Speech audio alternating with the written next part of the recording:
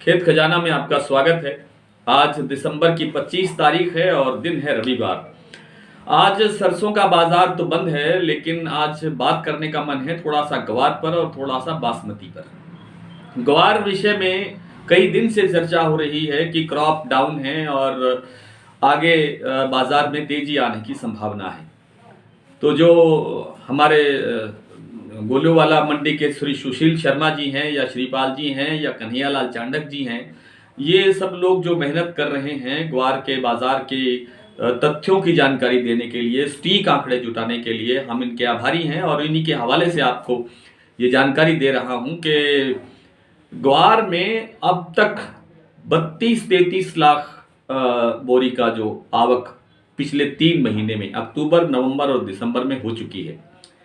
और ऐसा माना जाता है कि पिछले 3 महीने के अंदर, यानी शुरुआती 3 महीने के अंदर जितनी आवक होती है, लगभग उतनी ही आवक साल भर बाकी 9 महीने के अंदर होती है, जनवरी से लेकर के सितंबर तक।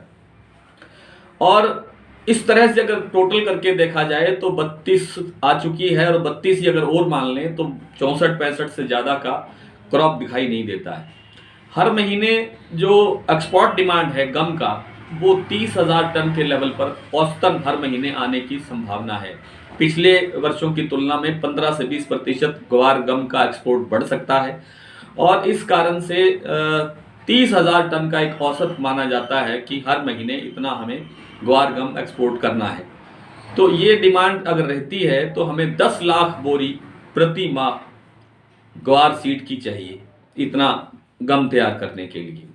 और 10 लाख बोरी के हिसाब से 9 महीने का बनता है 90 लाख बोरी। आप 1 करोड़ कह सकते हैं। 90 लाख से 1 करोड़ बोरी का एक्सपोर्ट बनाने के लिए अगर 30-32 लाख हमारे पास बाकी बचा है, तो शेष माल कहाँ से आएगा? वो आएगा पुराने स्टॉक से, यानी कैरी फॉरवर्ड से।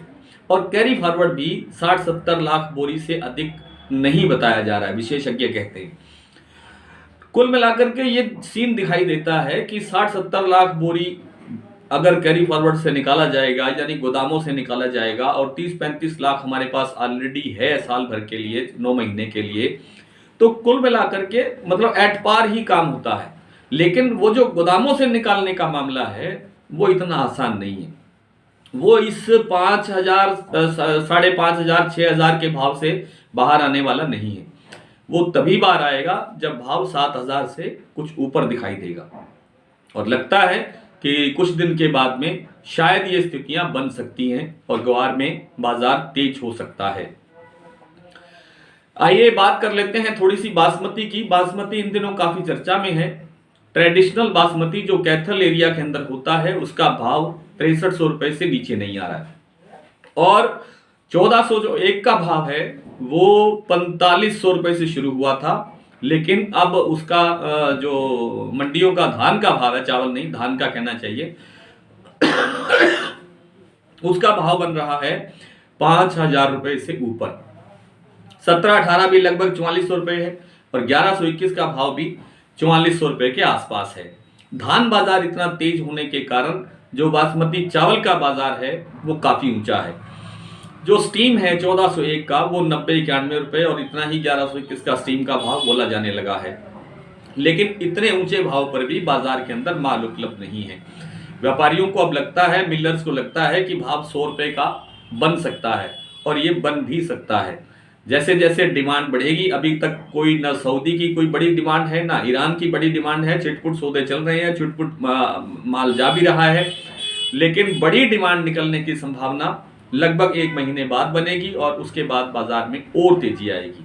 तो आज इतना ही, और कल आपसे फिर रेगुलर मुलाकात होगी, जिस पर सरसों की बात भी होगी और दूसरी जिंसों पर भी बात भी होगी।